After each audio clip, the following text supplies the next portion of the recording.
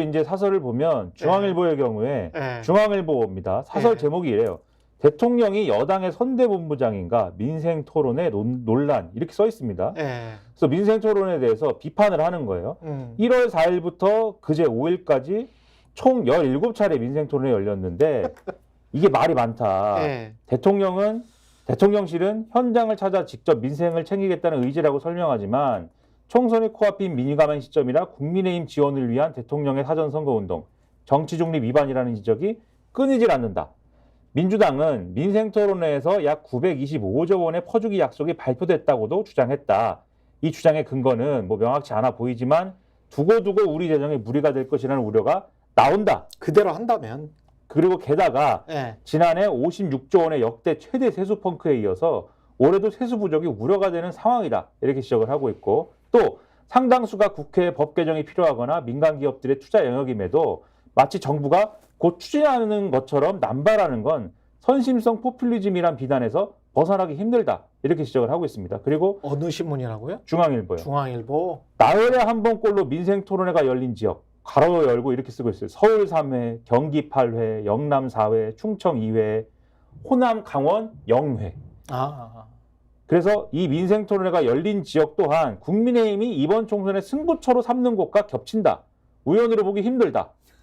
그래서 또 이렇게 썼습니다. 네. 노무현 대통령은 여당 승리를 위해서라면 합법적인 모든 것을 다 하고 싶다고 말만 했다가 탄핵당했죠. 말만 했다가 탄핵소추가 가결됐다. 네. 공정선거 최고관리자로서 대통령의 임무 막중하다.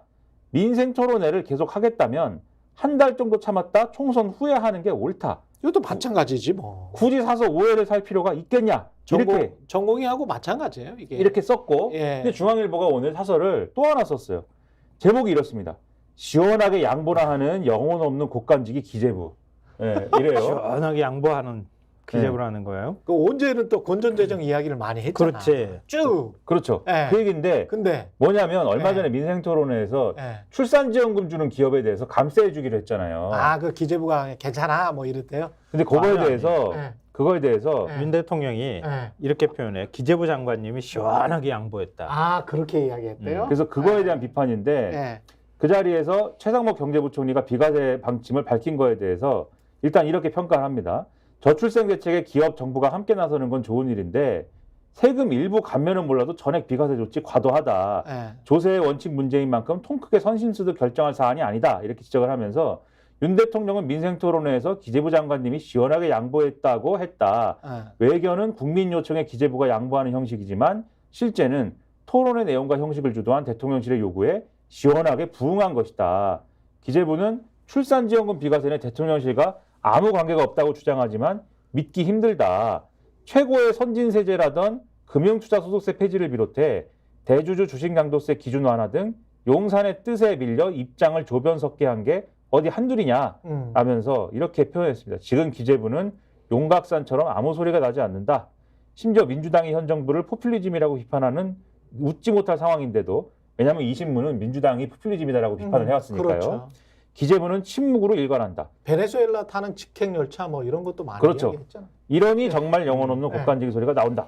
이렇게 비판하고 있고 동아일보도 사설 썼습니다. 나흘이 멀다 하고 선심 공세, 공수만 바뀐 대통령 중립 공방 이런 내용인데 윤석열 대통령이 그제 국가장학금 수혜 대상을 100만 명에서 150만 명까지 늘리겠다고 밝혔는데 그리고 한부모 가족 양육비 선지급제를 이르면 내년부터 도입하겠다고 했는데 이런 식의 민생토론에 1월부터 지금까지 17차례 개최했다. 사나흘에 한 번거리다.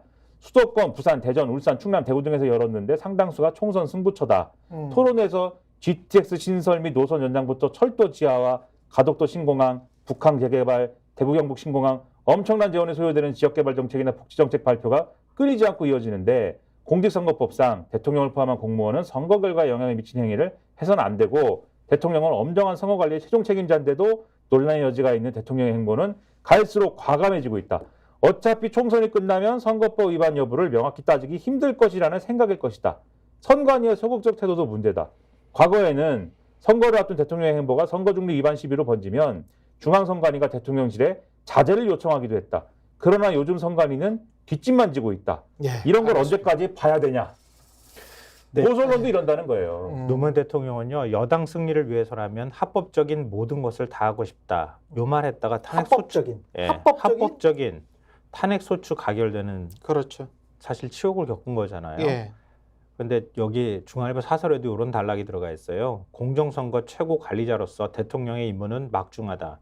민생 토론회를 계속하겠다면 한 달 정도 참았다. 총선 후에 하는 게 옳다. 이야기했죠. 굳이 사서 오해를 살 필요가 있겠는가 이렇게 얘기를 했는데요. 상식이 있는 대통령 같으면 자제해야죠. 근데 그 상식이 안 통하는 시대에 우리 살고 있는 것 같아요. 다시 한번 지금 아까 처음에 말씀드린 인플레이션과 연계해서 말씀을 드리면 미국에서 바이든 대통령이 그 학생들 학자금 대출한 거 있잖아요. 그거 면제시켜준다고 할 때 공화당이 그리고 미국의 CBO가 수치로 제시한 게 있어요. 뭐냐면 학자금 대출 그렇게 면제해주면 그게 인플레이션에 영향을 주는 게 뭐 0. 몇 %포인트 올라가게 돼. 그래서 바로 인플레이션에 영향을 줘. 그래도 학자금 대출 면제해 줄 거야. 뭐 이렇게 공격을 했었거든요. 근데 대통령이 지금 한다고 하는 모든 무슨 대출이나 뭐 세제 완화나 뭐 이런 것들이 전부 인플레이션과 연결이 되고 그 인플레이션이 결국 중하위층 특히 서민들을 고통받게 하는데 그 연계된 사슬에 관해서는 이야기를 하지 않는다는 게 조금 안타깝고. 아까 경향신문 예. 사설에서 그 지적을 예. 했습니다. 네. 그리고 한 가지만 더. 이것과 관련해서 이게 얼마나 구닥다리 대책들인지 중국하고 똑같잖아요. 예? 중국하고 똑같아요. 그냥 뭐 일 나면 야 경기 부양해. 경기 부양해. 경기 부양해. 그랬다가 인플레이션이야? 괜찮아. 눈 찌끈 갖고 경기 부양해. 그러다 물가는 계속 올라가고 경기가 침체되니까 그게 뭐죠? 스태그플레이션이에요. 그래서 중국 경제 굉장히 위험하다고 하잖아요. 한국 똑같은 짓을 하고 있는 거예요. 그래서 어제 영국 파이낸셜 타임즈가 중국에게 지금 필요한 건 놀라지 마세요. 영국 자본주의, 영비 자본주의를 지키고 있는 파이낸셜 타임즈가 지금 중국에게 필요한 건 경기 부양 정책이 아니고 소득 재분배다. 양극화 때문에 돈 쓸 사람이 없다. 9억 명 이상은 월 한 30만 원 내도 못 산다더라. 그래서 좀 쓸 사람들을 쓰게 하는 그 소득 재분배가 필요하다. 이렇게 경제 처방을 내놓고 있는 판입니다. 근데 이게 또 이제 우리나라에 들어오면 이 보수지들은 또 공산주의 사회주의라고 할 거니까 제가 영국 파이낸셜 타임즈라고 먼저 못을 박았는데 이렇게 좀 유연하게 좀 사고를 하고 유연하게 자본주의와 민주주의를 이끌어 가야 된다는 거예요. 근데 이 보수 신문들은 경직돼 가지고 이쪽으로 가면 아 저거는 문재인 정책인데 저거는 노무현 정책인데 이러고 있는 거 아니에요. 그리고 어느 날은 사실상 그 얘기를 또 포장을 바꿔서 하기도 해요 또. 그렇지. 근데 네. 정치적인 태그를 붙이면 문재인 정책에는 태그를 붙이면 또 막 안 된다고 또 하는 거예요. 막. 그렇지. 그런 문제가 있긴 한데 어쨌든 오늘의 큰 줄기는 결국은 물가에 부담이 되고 있는 상황 속에서 정부는 뭘 하냐라고 했을 때 민생 토론을 해가지고 오히려 물가 부담을 막 오히려 더 가중시키고 있고 그 이유는 왜 그런 거냐? 총선을 앞두고 있기 때문이다라는 거를 이 신문들의 태도를 봤을 때, 이 지적을 봤을 때 이런 결론 아니면은 설명이 안 된다라는 걸 보여준다는 겁니다. 그래서 제가 오늘 주제를 민생과 총선 이렇게 한 거예요. 야 이러다 다 죽어. 스픽스는 말하는 언론입니다. 대세는 유튜브, 그중에서 스픽스. 좋아요, 댓글, 구독, 알림 설정. 여러분이 저희를 사랑해 주시고 우리가 여러분을 사랑하는 4가지 방법입니다.